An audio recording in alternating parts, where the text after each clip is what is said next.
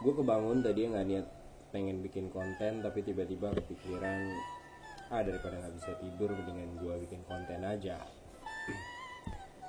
Gue pengen bukan speak up sih, tapi lebih beropini lah ya tentang fenomena Bang John LBF. Halo Bang John, kalau nonton, respect.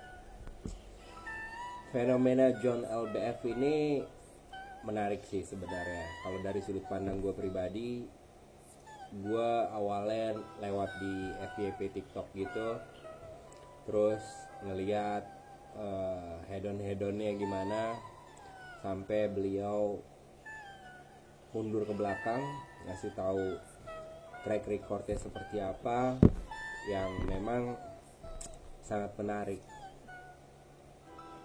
Beliau bercerita tentang siapa dirinya dulu di tahun 2019 itu. Beberapa foto yang di-share kita bisa mengambil kesimpulan beliau dulu, atau Bang John LBF ini dulu berkecimpung di dunia kicau mengicau alias main burung. Nah, kita sama-sama tahu main burung itu memang ada peminatnya tersendiri, ada niche-nya tersendiri. Hobinya juga tergolong mahal karena harga burungnya juga kadang fantastis, nggak masuk akal. Bagi kita yang nggak suka burung, pasti nggak bakalan mau beli bisa dikasih harga yang memang ratusan juta, miliaran, puluhan. Bagi kita nggak paham. Tapi bagi mereka, para pelaku-pelaku yang main burung ini pasti punya pertimbangan tersendiri, entah itu untuk lomba atau kepuasan dirinya sendiri. Tapi karena kita kebahas tentang John LBF, di situ beliau berprofesi, gue nggak tahu apa sebutannya, tapi lebih ke kru lah ya. Apapun itu, kalau salah tolong dikoreksi Bang John, atau kalau ada yang tahu tentang dunia perburungan itu. Karena kalau di dunia yang gue jalanin, di dunia jual beli mobil itu kayak McLaren alias makelar. Tapi di dunia burung gue nggak ngerti apakah itu mediatornya, apakah itu makelarnya, atau emang bagian dari panitia. Terus lewat di FYP gue lihat dia hedon, beli mobil, beli cincin, jam tangan, buka perusahaan yang memang perusahaannya sendiri menarik juga. Si High Five ini berkecimpung di bagian perizinan kalau nggak salah ya. Itu perizinan untuk usaha kita, mau bikin PT, CV, merek dagang, apapun itulah yang berhubungan dengan perizinan.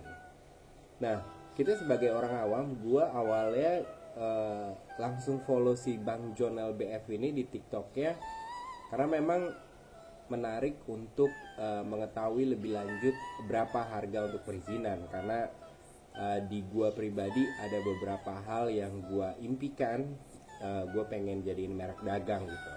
Jadi setidaknya gue tahu dulu budget untuk bikin perizinan seperti itu berapa duit. Akhirnya beberapa kali ada gue chat adminnya di Instagram, sampai beliau ini terus nge-push, atau gue yakin banget ini pasti dipromot, nggak murni FYP juga.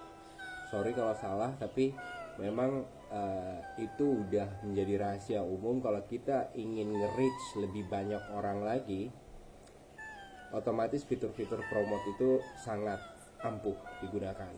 Karena memang yang gratisan sama yang pakai duit beda jauh lah algoritmanya. Semua konten kreator pasti tahu hal itu. Terus makin rame sampai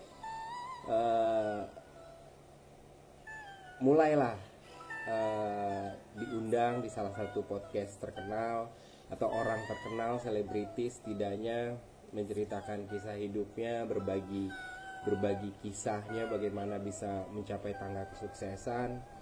Yang makin kesini makin kita lihat kita dapat respect, atau kita memberikan respect yang murni kepada si Bang John LBF ini, dengan penampilan luarnya yang memang kalau kita nggak terlalu peduli ya kita anggap aja urakan ya, dalam artian tatonya, walaupun don't judge a book by its cover, benar banget.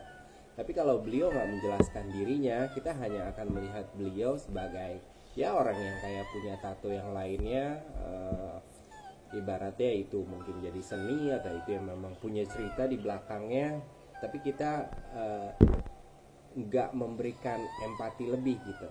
Tapi dalam kasus Bang John LBF ini, dengan background cerita beliau tersebut, jadi punya penilaian tersendiri, khususnya ini opini gue pribadi. Lalu beliau pernah bekerja di Toyota, ternyata menjadi sales marketing terbaik juga di zamannya. Tapi dengan waktu yang sangat singkat, ini juga menjadi pertanyaan tersendiri buat gue ya, karena apapun mungkin, manjada wajada kun fayakun kalau kata captionnya Bang John. Gak ada yang gak mungkin. 2019, 20, 21, 22 beliau menempuh perjalanan kurang lebih 3 tahun, jalan 4 tahun dengan kesuksesan yang bisa dibilang pol atau impian bagi para pengangguran atau orang-orang biasa yang kayak gue, kayak kita ini, tiba-tiba langsung di puncak itu. Karena gue main mobil, jadi gue tahu juga mobil-mobil yang dia beli harganya berapaan dan seperti apa. Dan bagi orang yang paham kalung dan cincin juga paham brand-brand yang dia gunakan, sepatu, kaos ini itu. Jadi memang puncak kesuksesannya bisa dibilang tuh impian bagi sebagian laki-laki.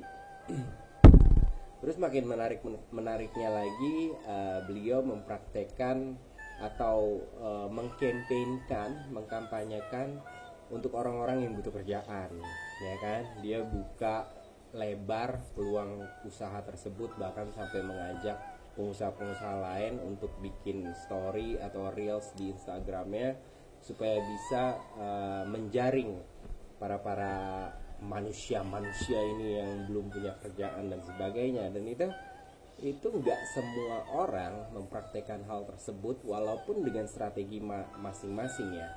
Karena gue yakin banget si Bang John ini juga punya tim kreatif yang memang punya strategi khusus nih untuk mengambil hati masyarakat, khususnya netizen Indonesia. Bisa dibilang fenomenanya udah tersebar ke seluruh Indonesia. Yang tadinya mungkin FYP kawasan Jakarta aja, tapi gue yakin udah kesebar ke seluruh Indonesia gitu. Dan di sisi yang lain positifnya banyak banget. Respect banget sama Bang John dengan mudahnya, atau itu yang kita lihat di video, setidaknya itu yang kita lihat di layar HP, memberikan peluang untuk bekerja di tempatnya, dan bisnis-bisnis yang dia bangun satu persatu nambah yang pertama kali kita lihat beliau di High Five yang fokus ke perizinan, terus langsung pindah lagi ke skincare, terus sekarang ada kontraktor, terus sekarang ada pajak juga. Dan menurut gue itu emang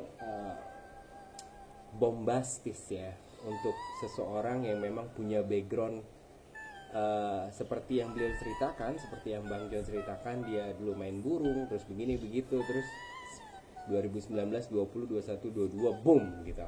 Itu sih sesuatu banget gitu, bisa dibilang one of a kind setidaknya yang ada di layar HP.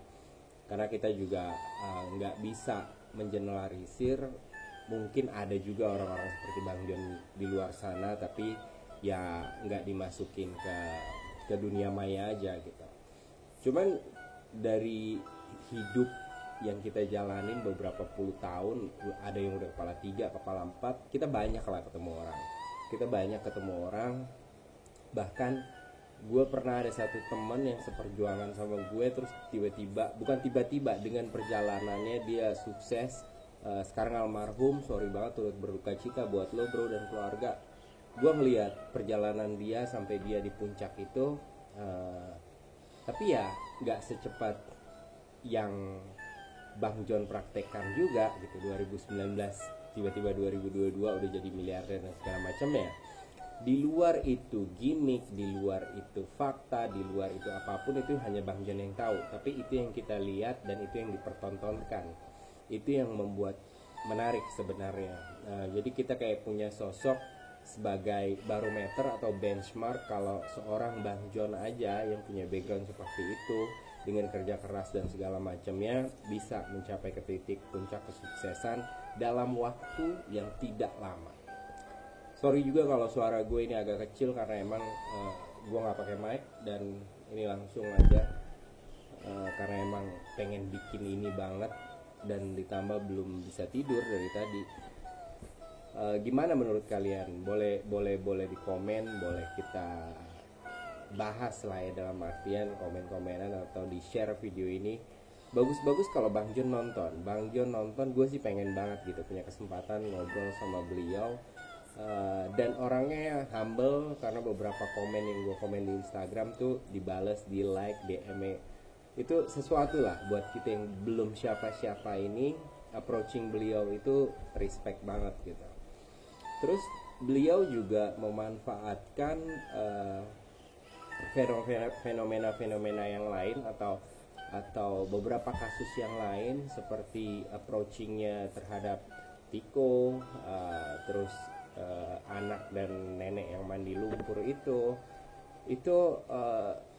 kita paham itu untuk engagement dan segala macam, tapi nggak semua orang mungkin punya empati yang sama seperti beliau. Itu yang membedakan mungkin ya. Kita kalau memang berangkat dari bawah, kita tahu rasanya seperti apa. Jadi di saat kita melihat dari sudut pandang kita atau perspektif kita yang dulunya di bawah itu, kita paham apa yang dialami si orang itu dan seperti apa rasanya.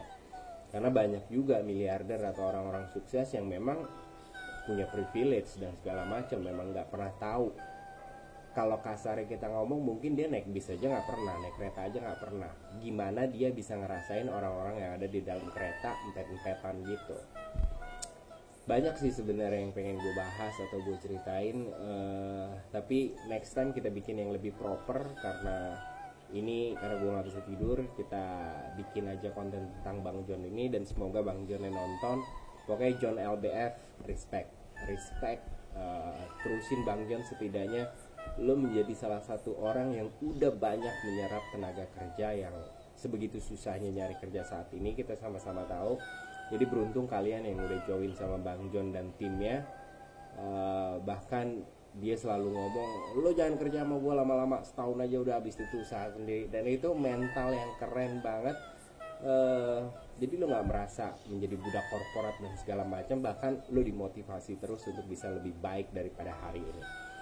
So buat kalian yang nonton sekarang, kalian harus jadi lebih baik daripada hari ini, termasuk itu self reminder buat gue harus bisa lebih baik daripada hari ini. Thank you guys for watching. Agam Black signing out.